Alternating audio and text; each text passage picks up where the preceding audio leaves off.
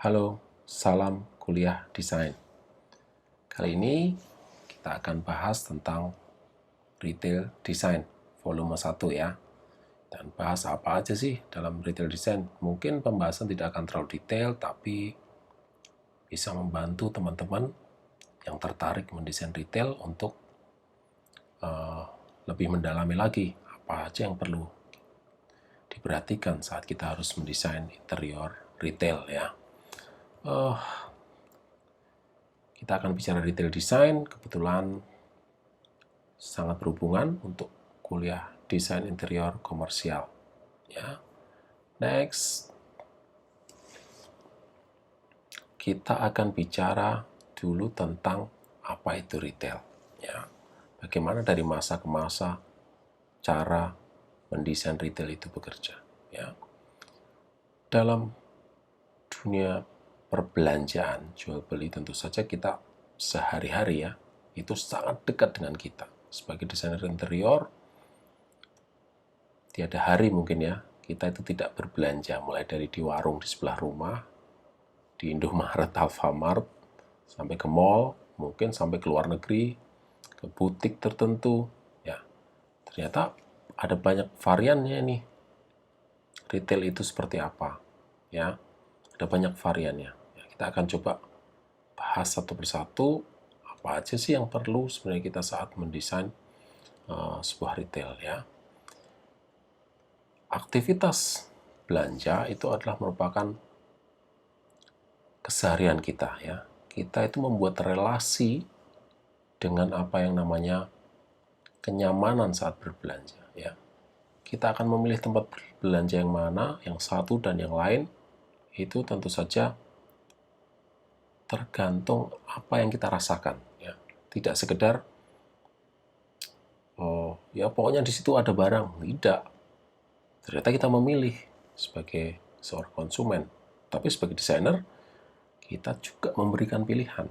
Seperti apa sih toko yang layak dikunjungi, toko yang layak dipilih barangnya ya.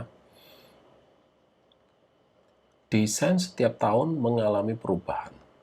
Karena desain itu seperti fashion trend ya. Toko juga seperti itu. Dulu musimnya toko warnanya seperti A, sekarang warnanya B. Dulu pernah zaman era industrial, dulu pernah era pop art, dulu pernah era klasik, sekarang era sustainable design. Pasti setiap tahun mengalami perubahan ya. Ada banyak sekali perubahan ya. Mendesain interior retail itu sangat kompleks ya. Kita harus mengawali analisis yang kuat tentang brand identity sampai desainer menemukan tujuan sebenarnya toko ini harus diapain nih, desainnya seperti apa ya. Nah, setelah ini kita akan bahas beberapa hal dari bukunya Designing to Sell. Pre-programming dulu. Apa yang kita perhatikan saat kita mau mendesain sebuah toko ya. Yang pertama ada pertanyaan menarik nih ya. What brings the customer into the store? Apa yang buat orang tuh datang? Itu dulu kan. Ya, kalau kita lihat foto ini gara-gara sale ya. Gara-gara sale. Gara-gara sale orang jadi datang. Belum tentu beli loh, datang dulu paling tidak ya. Di kualitas barangnya bisa jadi kita datang ke toko itu karena ada kualitas desain, kualitas barang, ada kebutuhan, ada value, ada price, ya, ada harga, dan banyak lagi sebenarnya. Tapi kita harus tahu dulu apa yang membuat orang itu datang. Tidak bisa kita langsung mendesain, pokoknya desain yang bagus, belum tentu. Orang datang bisa juga karena harga, bukan karena desain kita. Tapi cara kita memasang harga itu di mana yang membuat orang menarik, itu mungkin yang akan kita lakukan ya. Jadi pertanyaan pertama seorang desainer sebelum mendesain toko adalah apa yang membuat konsumen mau datang ke toko itu. Percuma kamu capek-capek desain 1 semester, desain toko, tapi orang nggak mau datang. Ya, next, yang kita akan bahas berikutnya adalah apa yang menarik, yang atraktif buat konsumen tuh mau masuk. Tadi kan mau datang doang nih, Sekarang supaya mau masuk, ya, apa yang membuat orang tuh mau masuk ke dalam sebuah toko, ya? Dari arsitekturalnya, dari window display-nya, dari signage-nya, ya, dari image sebuah tokonya, ya. Orang mau masuk. Tadi kan pertama mau datang tuh apa? Sekarang supaya orang mau masuk.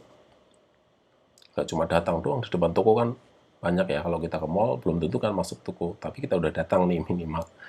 Tapi apa yang bisa membuat masuk? Itu harus ada dalam pikiran kita sebagai desainer interior. Oke, yang berikutnya adalah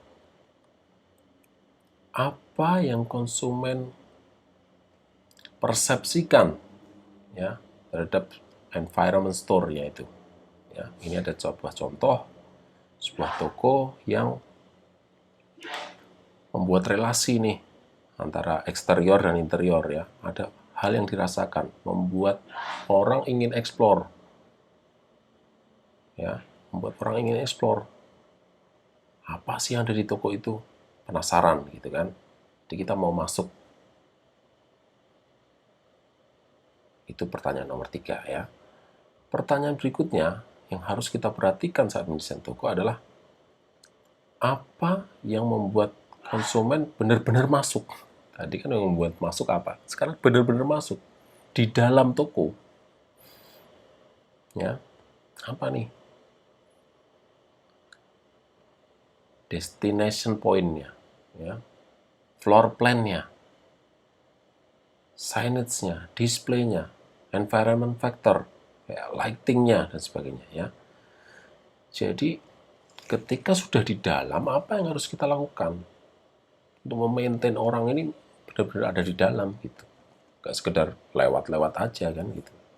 Interior designer bertanggung jawab sampai orang merasa comfortable gitu loh belanja di situ, sehingga besok belanja lagi, nggak cuma satu kali aja gitu kan. Nah, yang berikutnya, pertanyaan menarik berikutnya adalah setelah masuk, konsumen berada di situ, harus beli dong, ya kan? Lewat-lewat aja, masuk-masuk aja. Masuk dan harus beli. Apa yang membuat beli? Produk jelas ya, kita memang tugasnya membantu supaya produknya itu nampak lebih berkualitas. Tetapi sebagai interior designer, apa yang membuat orang tuh jadi beli produk yang dipercayakan kepada kita untuk terjual, itu kan target utama ya, bukan target yang main-main, saya rasa ya. Menambah value-nya ya, persepsi tentang value-nya, ambience-nya, bagaimana cara kita mendisplay produknya supaya produk itu nampak lebih baik dalam visual saat dicoba di situ ya.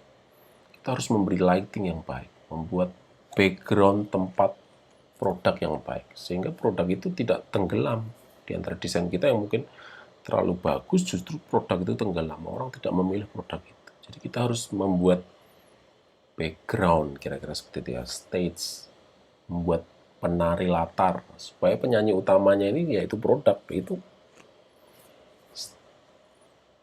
maju ke depan, tidak sekedar dilewati tapi memang dibeli. Nah, desainer sampai mikir ke sana. Ya. Yang berikutnya adalah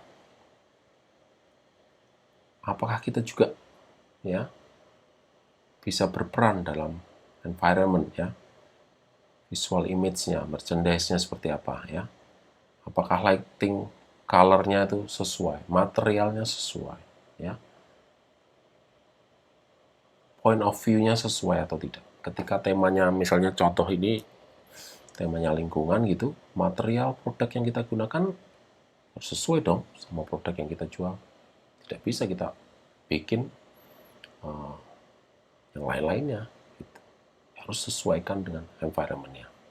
Nah, pertanyaan berikutnya adalah tentang what does the store designer have to consider during the project. Selama project ini berlangsung, kita itu consider terhadap apa?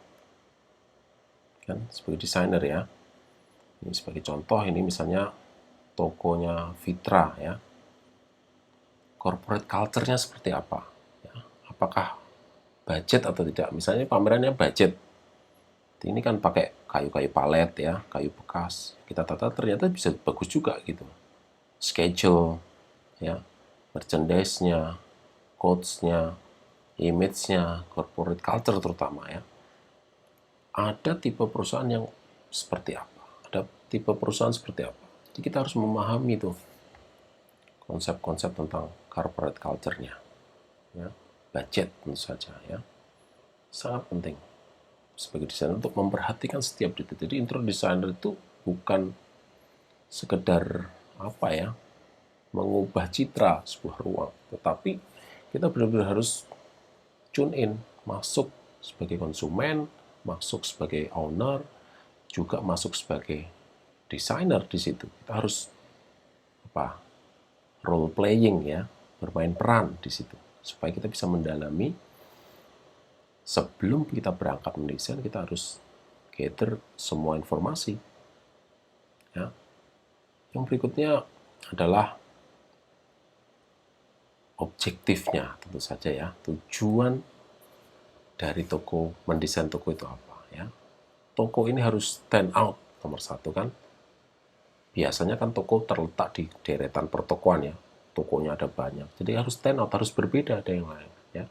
Strategic differentiation ya, untuk menghindari sameness atau kesamaan ya kan, untuk menghindari kesamaan, jangan sama dong dengan tetangga sebelahnya, bikin bingung tuh orang ya. Yang terakhir adalah to give the store recognizable, jadi harus dikenali secara personal. Jangan sampai kita datang ke sebuah toko, kita sampai nggak kenal nih, ini beneran toko ini nih, perasaan di kota lain bentuknya nggak seperti ini, jangan-jangan palsunya nih ya. Jadi objektif toko sebagai toko terpercaya itu secara desain nggak boleh salah. Warna misalnya, ya, branding identity-nya toko Nike misalnya hitamnya seperti apa? Hitam ada variannya banyak loh. Ini hitam di baju saya sama hitam di background di video ini udah beda warnanya, gitu kan? Hijau itu hijau daun muda, apa harus tentukan CMYK-nya berapa, seri berapa. Kita juga harus sampai ke situ.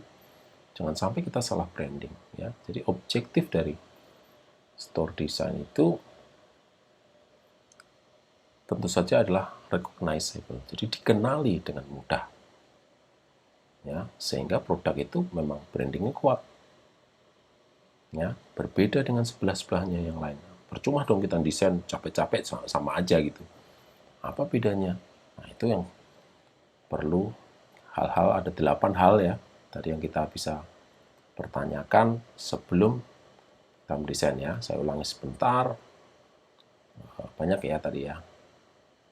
Saya ulangi sebentar dari awal mungkin. Yang pertama, apa yang orang mau datang ke situ ya. Terus apa orang mau masuk. Harus perhatikan kan. Apa orang mau terlibat untuk penasaran masuk beneran ya. Kenapa orang di dalam itu harus ngapain? Jangan sampai masuk doang keluar lagi kan. Kita harus bikin experience masuk ke dalam sebuah toko ya. Yang berikutnya, apa memotivasi orang untuk nggak masuk doang, memang beli gitu.